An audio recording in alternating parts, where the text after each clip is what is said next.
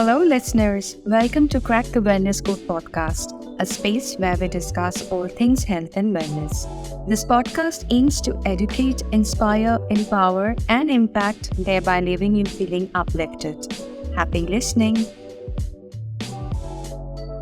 What is the screening process? So, from the age of 17 to 18, we really have to do the breast self-examination. That means that we have to understand, and I'm going to walk you through how to do the breast self-exam. We have to understand the look and feel of our breast to detect any abnormalities. Basically, like for example, how do I know how many white strands of hair I have? Because I am observing. In the same way, we have to be very vigilant about the look and feel of our breast. Now, that goes as the self-breast exam. But then, what is the standard? The standard says that we can go for mammogram after the age of 40. That means from the age of, when I turned 40, gynecologist told me you have to go for mammogram. I started to go for mammogram. And it is my choice from the age of 45 to 54 every year and 55 and above every 2 years. But then what happens to the younger population? And even when we have mammogram is once a year.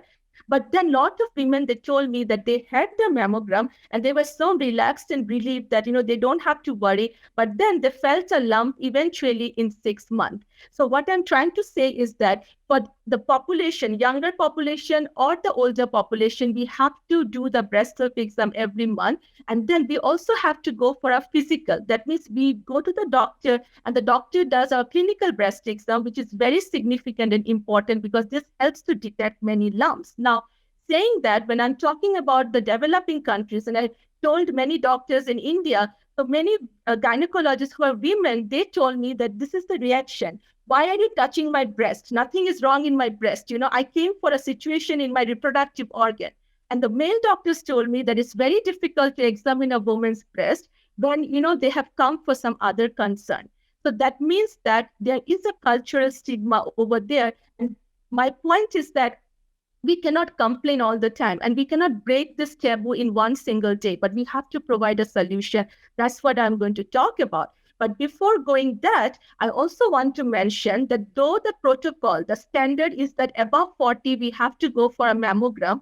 But what happens to the population who are at high risk? That means that they have a family history of breast cancer. So do we ignore them totally, or what do we do? Because mammogram at the age of 40 may be too late for them.